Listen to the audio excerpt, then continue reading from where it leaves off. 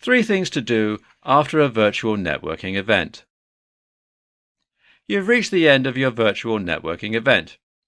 You may believe that the hard part is over, but the truth is some of the most important parts of the event are about to commence. After all, a good online event lives forever in several ways. They're more than just online versions of physical events. They provide their own long-lasting value in content, community, and opportunities. Therefore, we need to change the way we build these events, prepare for them, conduct them, and the things we do after the session is over. Transform area to Knowledge Hub. Chances are your virtual event provided valuable content to your attendees. Instead of simply letting it fade, you need to make this content last. Take the event area and transform it into a hub for visitors to come and learn more. Be sure to make it known that this is what you're doing. Additionally, make sure that you set it up to be user-friendly and searchable. Catalogue the content according to the main topics and build campaigns around it to target the appropriate groups. Content should be published and promoted on a variety of online outlets. Then, repurpose the content to create other assets. For example, turn your video clips into written blog posts and turn blog posts and articles into videos. Make sure to research SEO to ensure that you're utilizing the appropriate keywords within descriptions and articles. This will improve the exposure of your Knowledge Hub. Then, make sure to invite members of your organization to add to it and tell others about it. Maintain contact with attendees. Your Knowledge Hub should be more than a place where people come to get information about the topic. It should be an active community that begins with the original attendees and speakers, but is also inviting to others who are interested in the topic. As industry leaders begin to share their thoughts and provide assistance to each other, there will be additional networking opportunities that will open up. This community will also spark new ideas for future events and assets for the Knowledge Hub. The information you publish will gather interest, but the community is what will keep your flame burning. Of course, you should keep in mind that maintaining engagement within the community isn't easy. Therefore, it should be a priority, and adequate resources should be allocated in order to make it a successful venture. If managed properly, you'll aim towards high attendance and an easy process for hiring speakers in the future. Analyze your numbers. Taking the time to analyze your analytics will help you get a better handle on your target audience. This information will tell you what content worked and what didn't, which will help you build your follow-up and determine which videos you should develop into full articles and perhaps even build a series around. It will also direct you to a specific focus for the community. The numbers you gather and the discernment you get from them will help you make the next event a bigger success and will allow you to create personalized experiences for your interest groups. Thanks to the tech nature of virtual events, it is possible to make the information personalized. However, this does require that you have a reliable database. Once you have your plan worked out, the data should also help with your marketing and targeting efforts. Conclusion. There's much more to a virtual event than the event itself. Even after it's over, there's still much work to do. This work will help you make sure that the information stays alive and can be accessed by attendees and anyone else interested in the future. Additionally, it can help you with ensuring that future events are a success. 3 differences between virtual and in-person networking, besides the obvious. All you have to do is look around and you'll see that technology is on the rise and there are more social networking sites being created every day. Therefore, it's no surprise that people are switching from in-person networking to virtual networking. The debate between the two has been going on for years, and there's enough supporting information for both sides to argue a case for either. However, the ultimate question is whether in-person networking has unique value that virtual networking lacks. In this presentation, we'll talk about 3 differences between virtual and in-person networking. Presenter must master the tech. When it comes to virtual networking events, the host must be familiar with the tech that's being used. Additionally, the platform needs to be kept in mind when the content is being put together. Finally, the host must create and practice presenting the information in a way that works with the platform. One of the first things that a presenter needs to know is that they can't simply upload the information from an in-person event and expect it to work in a virtual setting. The presenter and the attendees need to adjust to the platform. After all, everything runs differently online.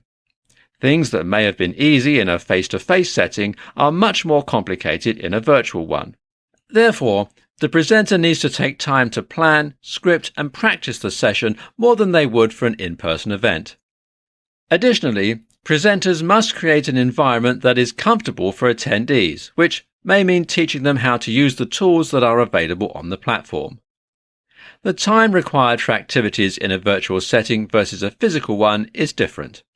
Intros tend to go more quickly online when all the attendees have to do is type up a blurb in the chat box instead of spending several minutes on verbal introductions.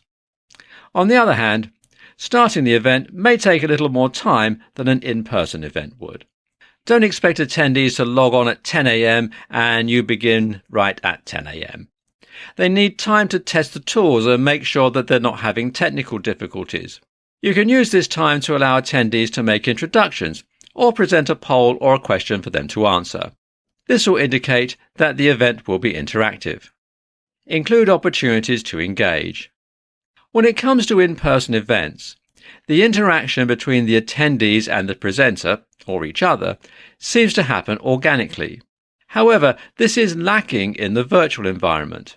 In order to make sure that attendees stay engaged, presenters need to ask for feedback and include opportunities for interaction. These opportunities may include typing poll questions in the chat box or pose a question to attendees so that they can answer in the chat box. Multitasking. In a virtual event, there are a lot of things going on at one time. The presenter is likely to be presenting the information, fielding questions that are coming via chat, engaging with attendees, and more. This will most likely require switching back and forth between screens. Unfortunately, multitasking is not an ability that most people have, but it's a skill that can be improved. However, presenters must understand their limits and plan the event accordingly. They must be realistic about what they can and can't do.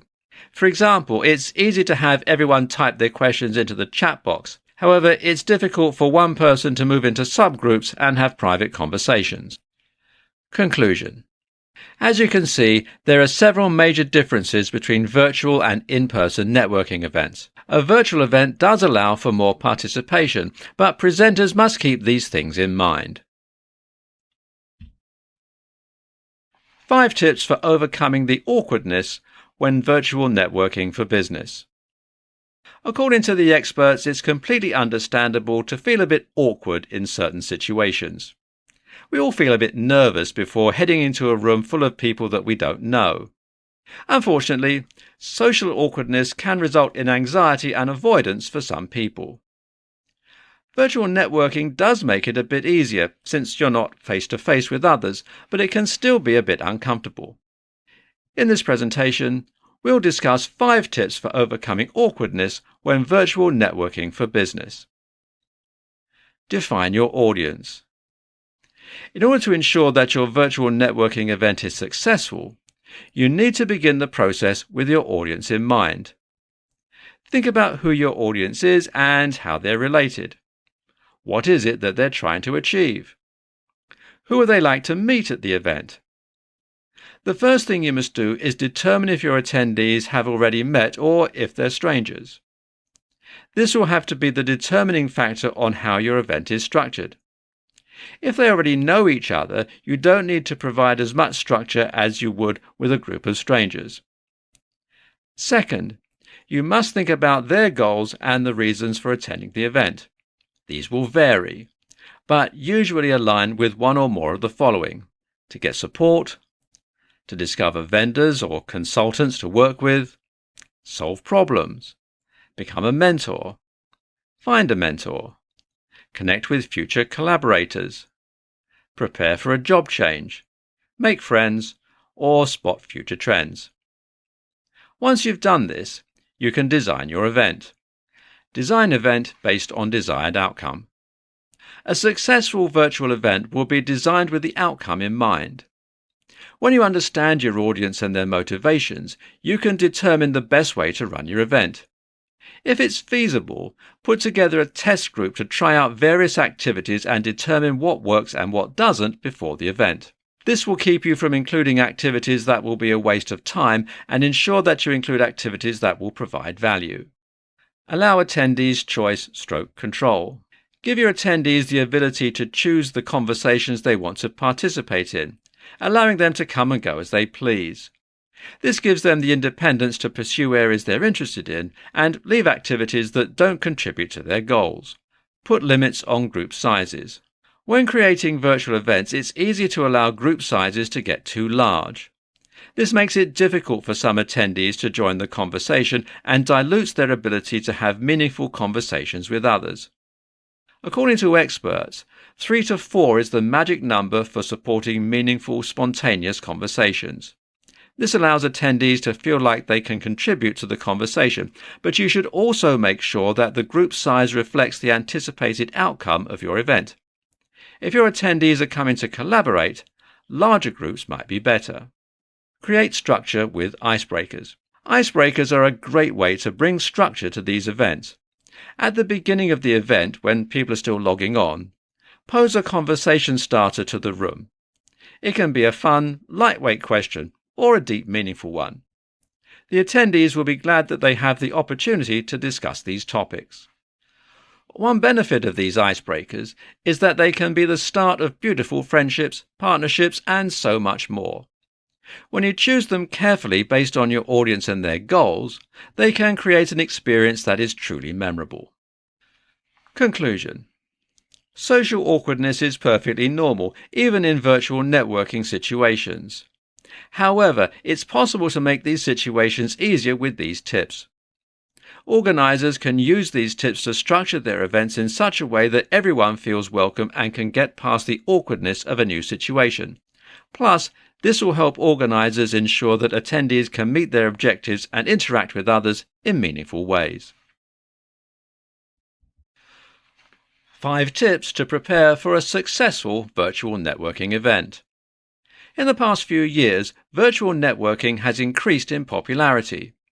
Since they're not bound to a specific geographical location, a virtual event allows for greater connections and can be accessed without leaving your home or office.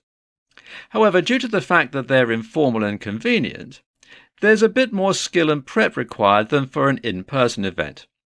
In this tutorial, we'll give you 5 tips to prepare for a successful virtual networking event. Prepare. Though they are, by nature, a bit more casual and relaxed, a virtual event is just as important as an in-person event. Planning a virtual event actually requires more attention and thought than an in-person event. The first thing you need to do is decide why you want to host the event.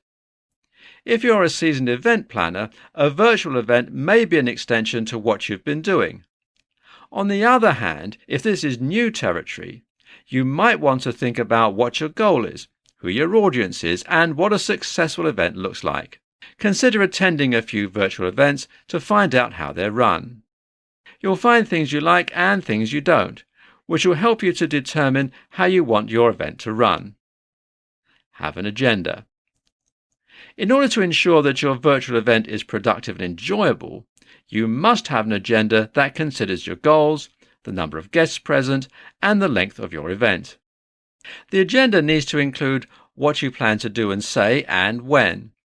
It's critical to keep track of your time in a virtual event. Choose your platform. Since there are so many options, choosing a platform for your event can be a bit tricky, but the good news is most of them have a free version that you can test. Choosing a platform depends on your needs, preferences, and how tech-savvy you are. A quick internet search will help you find one that works for you. You must ensure that your platform is able to accommodate your agenda while also being fairly easy to use. Be sure to test the platform a few times before your event begins. Choose your host. planning and hosting are two different roles. In some cases, the planner is the host, but in other cases, the planner chooses someone different to host. A great host will ensure that your goals are met and that guests will return for future events. For a virtual networking event, you need a host that can use their voice, gestures, and expressions to make guests feel welcome and appreciated. If you plan to have someone else host the event, you'll want to make sure to do a test run with them to make sure they are a good fit. Market your event. Once you have prepared for your event, prepared the agenda, chosen a platform and chosen your host, it's time to start marketing your event. This will determine whether it will be well attended or not. You'll want to market on a variety of platforms including LinkedIn, Facebook, Instagram, Google Business, and anywhere else your proposed audience can be found. In addition to social media, you'll want to reach out to your contacts to talk about the event.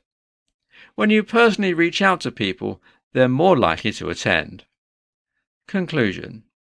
Networking is critical when it comes to business, and virtual networking is becoming the way to do business.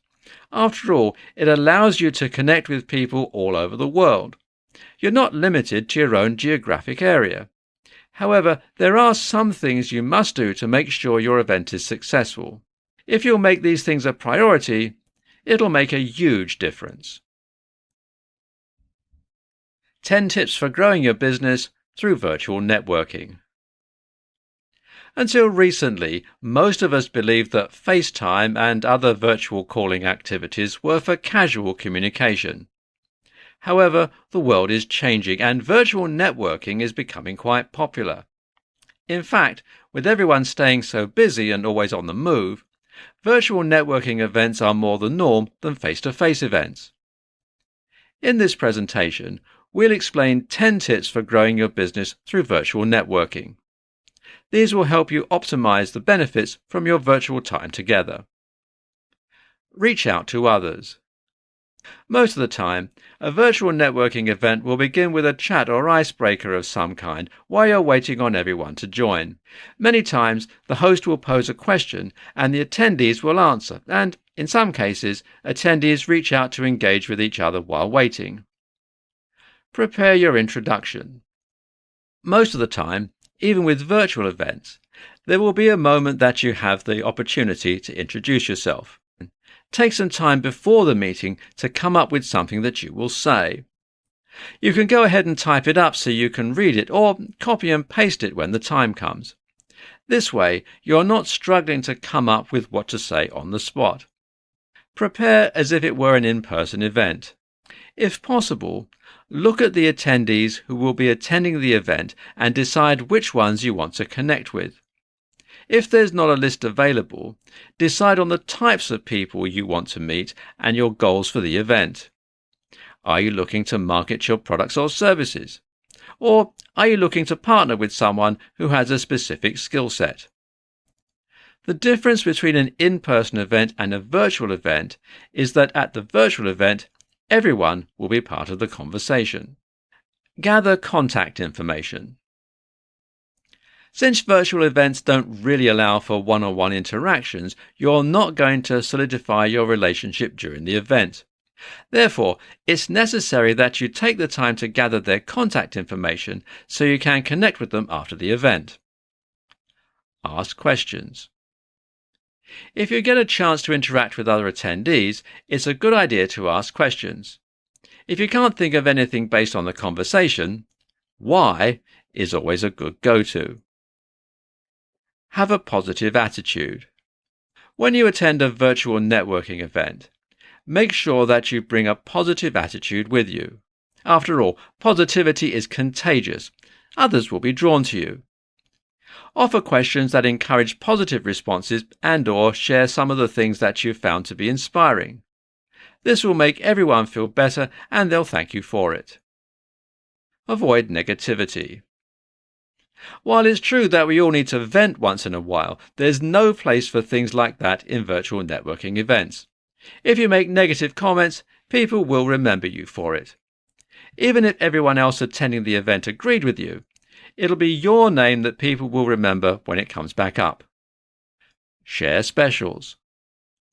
Chances are you may be invited to share any specials your business is offering. Be sure to take advantage of this opportunity. If there is anything that you've changed to allow you to better serve your customers, make sure to mention that. Also, consider offering something special to the attendees of the event. This will create the feeling of being a VIP, and they're more likely to connect with your business in the future.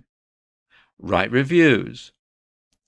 When you're done with a virtual networking event, one of the first things you can do before you follow up with your contacts is to write reviews for their businesses. Go to their social media pages and post about your interactions with the business and/or their products or services. After all, reviews are beneficial for helping businesses get more customers. They also make the business owner feel good about what they're doing. Connect others. If someone brings up a need they have during the event and you know someone that can fulfill that need, make sure that you create that connection. After all, it's always a good idea to be helpful, and if you help them, they may be able to help you in the future. Conclusion. If you plan to participate in a virtual networking event, it's important to take it seriously because they really can be fun and positive, and they can help you grow your business. Just make sure you keep these 10 tips in mind. Mastering Zoom for virtual networking success. In today's world, more companies are opting to have employees work remotely, and more events are being held online to maximize participation. After all, virtual events allow for anyone to attend no matter where they are in the world. Zoom is one of the platforms that's being used. If you'd like to learn how to master Zoom, you're not alone. There are many people out there who feel the same way. In this tutorial, we will help you learn more about mastering Zoom for virtual networking success. Okay, so what is Zoom? Well, Zoom is a cloud-based platform that can be used for hosting virtual meetings, whether a group meeting or a one-on-one. This tool connects team members remotely and contains a variety of audio, video, and collaboration features.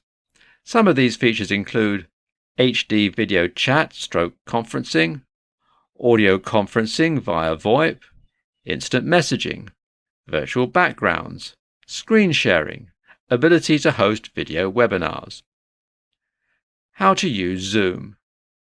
Zoom is really easy for anyone to set up and conduct virtual meetings. However, if you're new to the platform, it can be a bit tricky. The following is a step-by-step guide for properly using Zoom. Here are the steps for getting started with Zoom on both desktop and mobile. Desktop.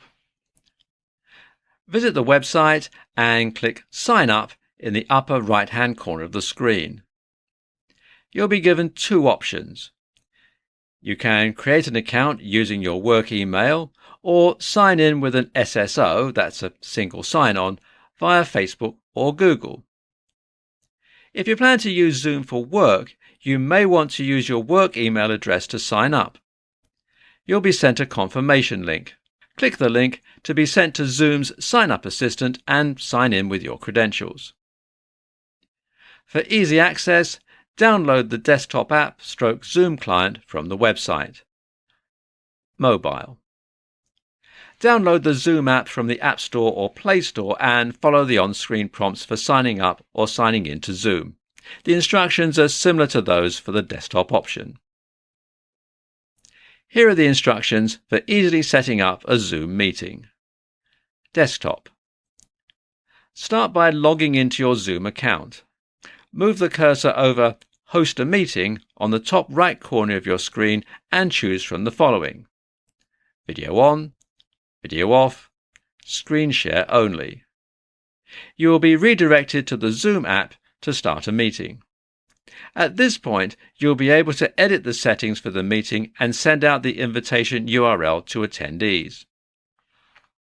Mobile. Open the app and log into your account. Tap the New Meeting icon. Edit the settings based on your preferences. Click Start Meeting once you're done. Here are the steps for adding participants to your meeting. Desktop. On the New Meeting screen, click on Invite on the bottom of the screen. This will give you the option to copy URL or copy invitation. This allows you to send the invitation to attendees via text, email, or IM. Another option you have is to email attendees through your preferred email service via the Zoom app. Mobile. Once you've started the meeting, click on Participants in the toolbar at the bottom of the screen to add/manage attendees. A window will open up where you will click Invite on the bottom left of the screen. Now you will be given the option to share the meeting details on a variety of platforms, including text, email, and messaging apps. Conclusion. Every day, more and more virtual events are being held. Most of these are using Zoom as the platform. Once you've used it a few times, you'll see that Zoom is actually fairly easy to use. However, it can be complicated if you've never used it before. These steps will help you get started and get you well on your way to mastering Zoom for virtual networking success. Tips for snagging introverts and extroverts while virtual networking. In recent years, virtual networking has become all the rage. More and more events are being held online. This means that you can attend an event that is all the way across the country and even on the other side of the world without ever leaving your home or office. But it's not always easy to get everyone to be engaged. When attendees engage with the event, they are more likely to enjoy the experience, which means that you will be successful. However, online engagement is a term with many different meanings. In this presentation, we will explain some tips for snagging introverts and extroverts while virtual networking. How to engage introvert attendees. Virtual events work quite well for introverts, especially if there is a lot of communication prior to the event regarding the content. In fact, the more you work on this, the more interest you'll get. Don't use headlines that can be interpreted in a variety of ways. Make sure to provide plenty of details so that you alleviate any anxiety. Be clear about participation and how their participation will add value. Encourage attendees to be involved prior to the event, which is something that can be done at their own pace. Give them time to reflect on the content.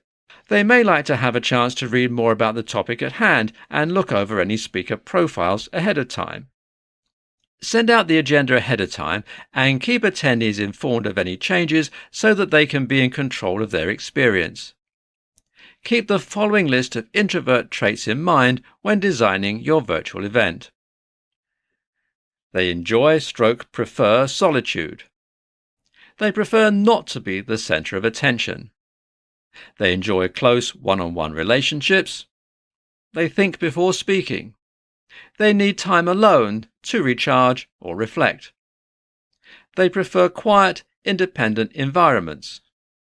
They focus deeply, and they're seen as reserved.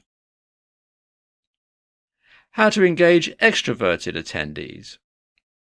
Of course, virtual events also work well for extroverts. Many times, event planners are attempting to replicate in-person events online, which are biased towards extroverts anyway. However, even with the bias of creating events for extroverts, there are some things that you need to keep in mind for virtual events. Extroverts can become frustrated because they're not as able to be involved as they are with in-person events. Extroverts enjoy mixing and mingling and vocalizing much more than introverts, so you must find ways that they can network with other attendees. You must design your virtual event in such a way that it allows extroverts the participation they seek. Keep the following list of extrovert traits in mind when designing your virtual event. They have large social networks. They prefer attention. They think out loud. They make decisions quickly. They gain energy from others. They're outgoing, enthusiastic, and they do well in team-oriented, open work settings. Conclusion. You may not realize it, but you have an unconscious bias. In fact, everyone in the world does. It's about how we see the world. Events are typically designed for extroverts because there's lots of networking, group activities, and a stimulating environment. However, by designing events this way, we automatically leave out about half of the attendees. In most cases, people are not aware of their unconscious bias, but it's there. This means that when you're planning your event, you must recognize that you're likely using your unconscious bias to make your decisions. Therefore, take some time to consider the audience data and determine what you want your outcome to be. If the two align, great. If not, you need to take a closer look to ensure that your unconscious bias isn't in control. Don't forget that you need to make sure that your host and speakers are aware of what it is that you expect from your event. They have their own bias, which has an effect on how they design and run their sessions. Pay attention to your audience, as it can impact your attendance and engagement stats. Top 5 tips to make a connection online. In today's digital world, it's hard but not impossible to make connections with people. One of the major reasons that small businesses tend to get competitive is that they lose sight of the grow together mentality that America is built on. Additionally, in general, we tend to lose sight of the big picture. You should be treating your fellow online entrepreneurs like you would in the mom and pop shops in your local area. Therefore, why not step outside of your comfort zone and reach out to some like-minded business owners online? Talk about what they're doing to get customers in the door and give them tips on what you're doing that's working for you. Discuss what you can do to build a business relationship and grow together. If you've been around for some time, you'll have some experience that you can share with them. You can also offer them some encouragement and allow them to teach you some new methods for marketing, as well as new tech and anything else they know about that you don't. In this tutorial, we'll discuss 5 tips to make a connection online. Utilize video chats. A few years ago, online relationships came with the stigma of the lonely kid in his parents' basement. However, this isn't the case anymore. There are many true friendships and partnerships that are coming out of online interactions. One great way to build these relationships is through video calls. Simply being able to hear someone's voice and see their face makes a huge difference in online relationships. When you meet via video chat instead of text chat, you create a much deeper connection because you can see their mannerisms and body language, and you can hear their tone of voice instead of just guessing. Make some time in your schedule to have video calls with your connections. It doesn't have to be anything major, just some time to interact and get to know each other. Join LinkedIn. One great way to branch out with new clients and relationships online is through LinkedIn groups. This will allow you to connect with a target audience, as well as expand your knowledge and converse with others in your industry. Another great way to build connections online is via LinkedIn articles. Write an article asking a critical question to encourage engagement from others. Share the article on LinkedIn and Facebook groups, or send it out to your email list to get the conversation going. Be sure to follow up with those who comment and build your connections from there. Reach out first. When working online, networking often feels strange or forced, but there are some ways that you can overcome the awkwardness. Start by reaching out to someone by commenting on a blog or social media post, or responding to an email. Mention something you like about them, the content, their business model, etc. If you would like to make a deeper connection, ask if they might be interested in a coffee chat, usually via video or phone if you're not in the same town, to see if there is anything you could collaborate on with each other. Typically, the hardest part of starting a relationship is that first contact. Most people do crave human connection, though. If you make the first move, you dramatically increase your chances of being able to talk to that person. Join Facebook groups. Take some time to join a few relevant groups on Facebook and then engage as much as possible. If you're a member of a lot of groups, your attention will be split in that many directions. However, if you only have a few groups to focus on, you're able to create more quality connections. Connect on Instagram. Instagram is a great way to make online connections. Instead of going through and randomly following accounts, look for those that you really like in the hashtags. Then, leave meaningful comments on their content. If you interact with them, they are more likely to interact right back with you. This will help you build valuable connections, especially if you take the time to respond to comments and ask questions to start conversations. Conclusion. These days, it seems that everyone has gone digital. This has made it difficult to build lasting connections. However, it's not impossible. If you use these tips, you can easily make lasting and valuable connections online with like-minded people. Virtual networking explained for businesses. A virtual network is a system in which companies and individuals can connect with each other despite local differences. This allows remote access of the system, which makes troubleshooting and repairing issues much easier. In this presentation, we'll discuss what virtual networking is and how it works for businesses. What is virtual networking? A virtual network is one in which all devices, machines, data centers and servers are connected via software or wireless tech. This means that the reach of the network can be expanded as far as required for maximum efficiency.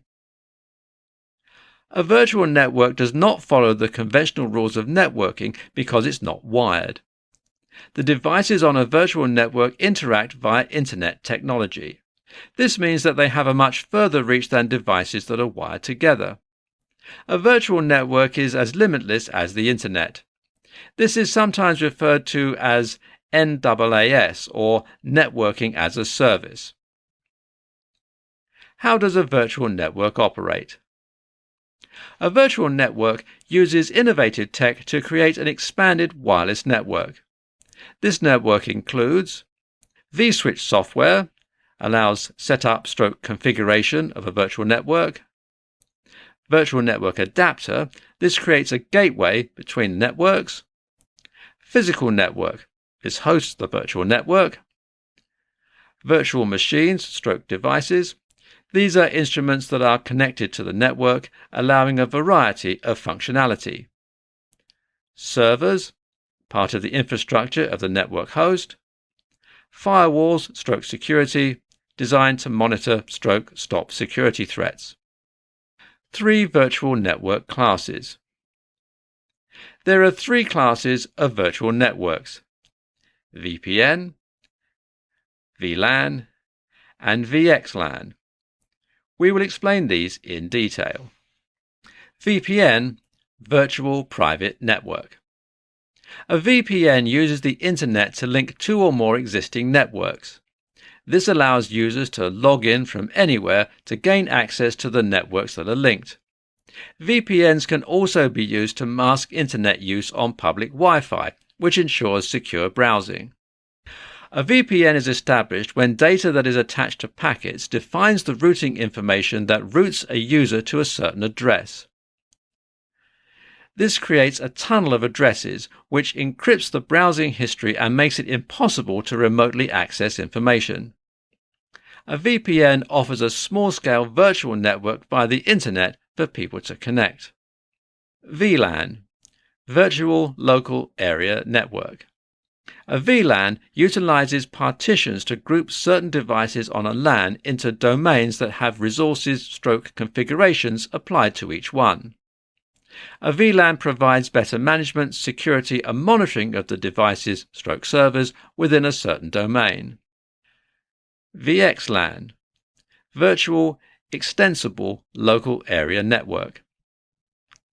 A VXLAN provides a tunnel to a Level 2 network from your Level 3 network infrastructure via switches at each endpoint. Another piece of tech included in this network is a base case, either physical or virtual, that is able to route data between endpoints. Virtual networking for business has a variety of benefits, including the following: the ability to work remotely, digital security. streamlined hardware. Flexibility stroke scalability. It doesn't require much hardware, which means it's easier to scale at a lower cost of ownership. Cost savings and increased productivity. Virtual networking and contemporary business. In the ever-evolving world of digital business, virtual networking is very important because it addresses the need for remote accessibility, scalability, security, cost savings, and flexibility.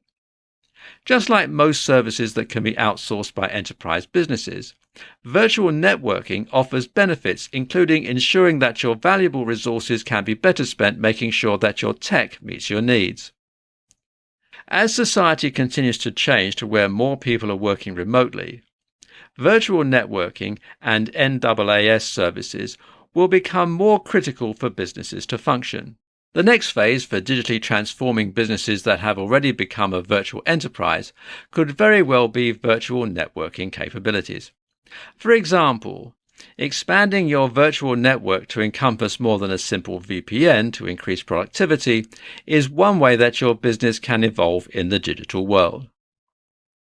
Conclusion. Virtual networking allows individuals within a company to connect with each other no matter where they are in the world. This means that companies are able to be more productive and troubleshooting / repairing issues is much easier. Worst 5 faux pas to avoid when virtual networking. Whether you're just getting started in your new role or you've been around a few years, you know that a strong network is critical for your career. In fact, you've probably already been affected by a professional connection in some way. Connections are not only beneficial for mentorship and finding your next opportunity, they're also necessary for your overall health and well-being. For many years, most of us have considered networking as face-to-face conversations at events or gatherings. However, in today's world, that is changing rapidly. Virtual networking is becoming just as important as face-to-face networking. While there's really no right or wrong way to network, it's easy to make a few faux pas when connecting online. In this presentation, we'll look at 5 of the worst faux pas that must be avoided when you are virtual networking. Sending random LinkedIn requests. When you're attending a virtual networking event, don't automatically send someone a social media request to connect just because you like what they say. Take the time to talk with them and send them a personal message first. Be an individual, not just someone that clicks buttons. Making it all about new connections. While it's true that networking is about meeting new people and checking out opportunities for connection, you don't want to forget about your existing relationships.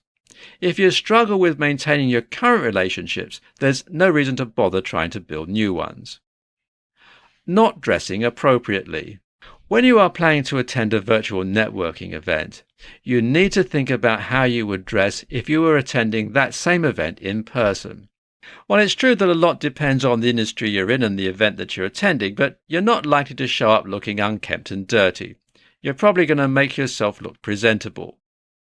This is because you want to make a good impression. After all, although it's through video, people can still see you and will make judgments based on your appearance. Therefore, you want to make sure that you look the part when joining a meeting. Not solving technical issues. One of the primary issues that you're going to come across when it comes to virtual networking is having an unprofessional setup. If you're having issues, it's going to look bad on you. Before you log into the meeting, be sure that you test your setup and see if there's any issues that need to be resolved. You'll want to make sure that your microphone and camera are connected and functioning properly. You'll also want to ensure that your speakers are working so that you can hear everyone and that your internet connection is stable. Immediately cold pitching. When it comes to pitching your products or services, cold pitching is the same whether in person or virtually networking. If you jump right into a conversation where you're trying to make a connection via social media and you just want to sell your products or services, they're not likely to be interested in what you have to say. Instead, Take some time to get to know someone and build a genuine relationship with them. No one is attending an event to be sold products or services that they're not interested in. They want to meet people who are real and can provide value to their lives. Conclusion. Over the past several years, the world has moved more to virtual networking in lieu of face-to-face networking. However, there's really not much difference between the two. You need to be aware of what you're doing and how you approach meeting and connecting with others. Keep these most common faux pas in mind so that you can avoid them and be more successful when you're virtual networking.